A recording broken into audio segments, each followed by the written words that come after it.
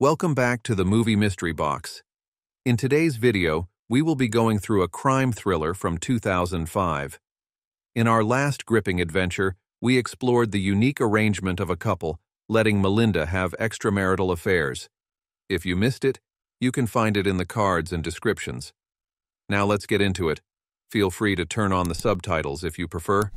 The movie kicks off, showing two guys named Leland Jones and William Orser leaving their room in a quiet, rural motor court motel, probably in the USA Midwest. Leland is over 50, while Orser is in his 20s. Leland then asks the boy to get him some water, but they are out, so Orser goes back into the motel to get some water. As he's refilling the pitcher, we see that everyone out there is dead. There's a bloody handprint on the counter. Just as Orser is about to go out after refilling, the door next to the main hall opens up, and a 5-year-old girl appears who is horrified at the scene, or Orser shoots her dead too.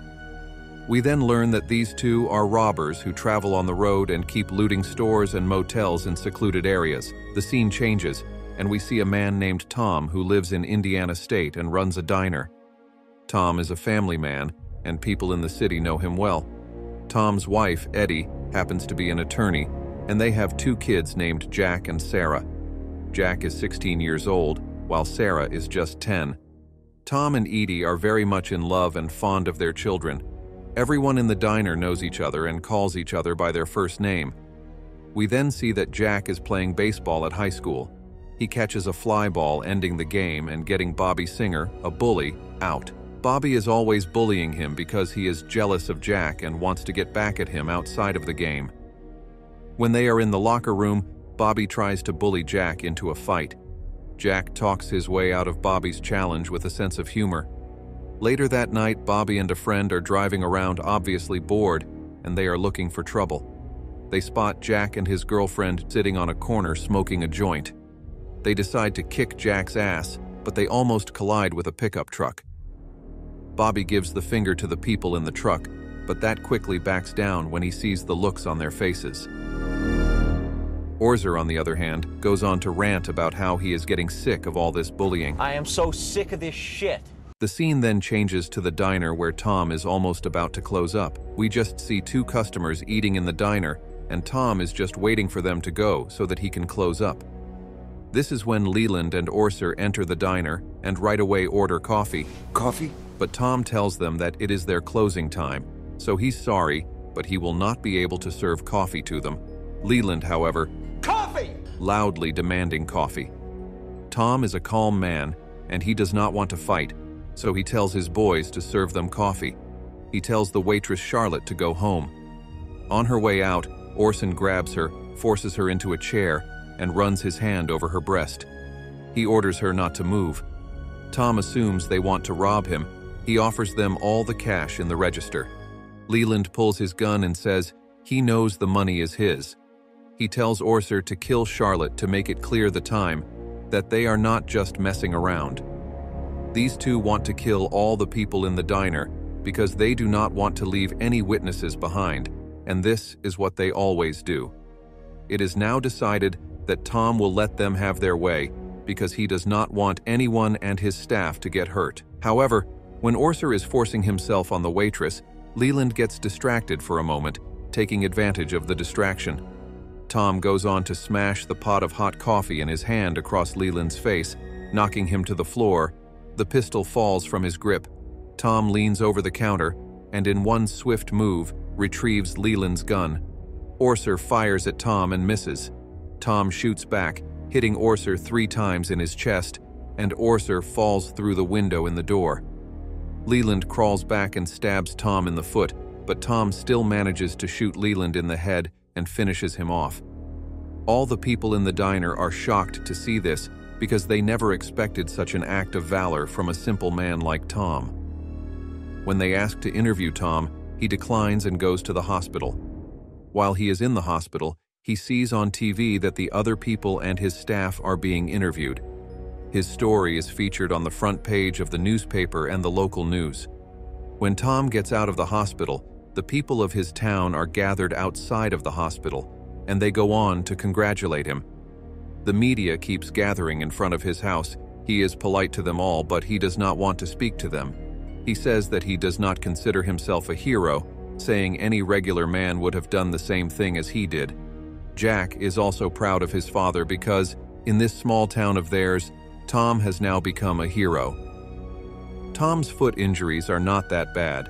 He does live for the next few days, but it starts to heal quickly. One night, Edie notices that a black sedan is parked in front of their house for a long time, so she starts feeling suspicious.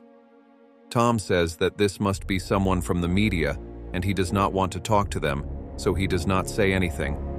Tom has now started going to the diner, and the diner is now overcrowded. His business has increased rapidly after the incident with the robbers because everyone just wants to see Tom.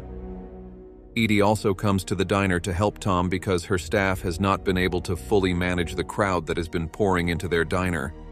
That day, 3 well-dressed men enter the cafe that is crowded with well-wishers and customers.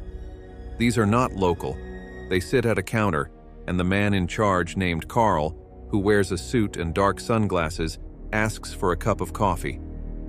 He calls Tom Joey several times, although Tom says he's got him confused with someone else. My name is Tom. Carl then goes on to take off his glasses and shows him his face, which has many scars.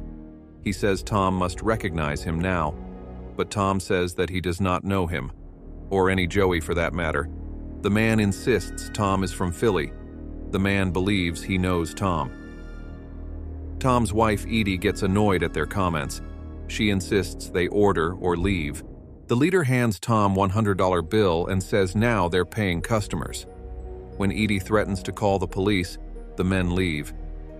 Edie feels suspicious of these men, so she right away calls the sheriff to run an ID check on these men. These men are driving on a rural road when a patrol car pulls them over. The sheriff, Sam Carney, is a seasoned cop and looks like he means business. The 3 men, especially the leader, appear not the least bit fazed by his implied threats. Carl just tells the officer that they are tourists and tells them to keep up the good work, and then pulls up the window of the car, telling his driver to drive on. Later on, while Tom and Edie are home, Sam comes to their place to talk about what happened at the diner earlier. Sam warns them that these 3 men are mob figures, organized crime from the East Coast. He called some police contacts in Philadelphia as well as the FBI, but he couldn't get any information or find any criminal record on Joey Cusack, which is the thing they called Tom. But there is a Richie Cusack in Philly, the leader of an Irish-American crime family based in Philadelphia, to which these 3 men are connected. The sheriff then goes on to ask Tom if he knows any of these men, but Tom makes it clear that he has never seen these men, adding that they must have seen him in the news and mistaken him for someone else. Time goes by, and these people keep stalking Tom and his family. One day, Tom sees their car going in the direction of his house. He limps back to his house and puffing runs in and grabs a shotgun, only to find that nobody is coming. The next day, Edie is shopping at a local mall when her daughter runs off, and going after her, Edie runs into Carl, the leader of the men, who casually begins talking to Edie, claiming that her husband is not who he claims to be. Edie defends Tom, and Carl simply suggests that she ask Tom about Richie Cusack, who Carl says is Tom's brother, and he tells Edie to ask Tom how he is so good at killing people. On the same day, Tom's son Jack gets confronted by Bobby again and is unable to walk away. Enraged at the continued taunt, Jack suddenly proceeds to seriously beat down Bobby and his buddy, putting Bobby in the hospital. Later that day, when Jack gets home, Jack goes on to give him a piece of his mind for being violent at his school, but the boy in return makes snide comments about his dad killing people. Tom gets angry and slaps Jack, who leaves the house after a while. Carla, along with his men, shows up at Tom's house, telling him to come with them. When Tom says no, one of the men steps out of the car holding Jack. Carl makes it clear that he knows who Tom is and that Tom has no choice but to get in the car and drive back to Philadelphia to see some people. Tom is forced to put down his weapon, and the men release Jack, who runs into the house when the men tell Tom to get in the car. Tom tells them that it would be better for them to leave him and his family alone. It'd be better if you just leave now. One of the men points a gun at Tom's head.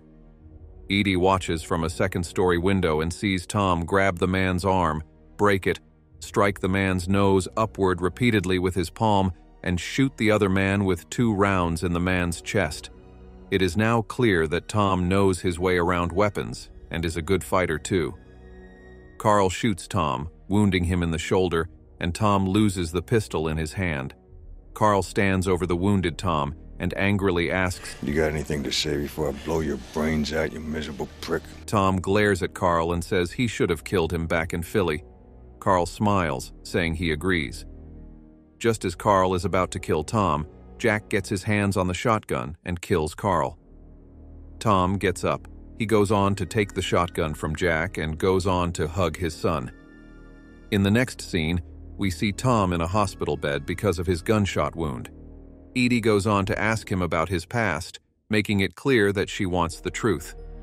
Tom finally admits that he was a teenage mob hitman named Joey Cusack, but he left the mob life many years ago after messing with Carl and becoming a new man, Tom Stahl. Tom claims that he used to kill both for pleasure and money. Tom gets home from the hospital where everyone seems to dislike him. That evening, Sheriff comes to visit them again and asks a few questions about the shootout between Carl's men and Tom. Tom is about to confess that he is Joey Cusack, but Edie suddenly steps in and defends Tom still. Sam acquiesces and leaves. After Sam leaves, Edie turns away from Tom in revulsion, slapping him and shouting. It gets intense. They then proceed to have a very intense hormone sandwich. Later in the middle of the night, Tom is awakened by a phone call from Richie himself. Richie makes an implied threat when he tells Tom to come to Philadelphia to see him, or Richie will come to his house to see Tom himself. Tom leaves his house at dawn and drives all day and night to Philadelphia and meets a young roof-looking guy in a bar.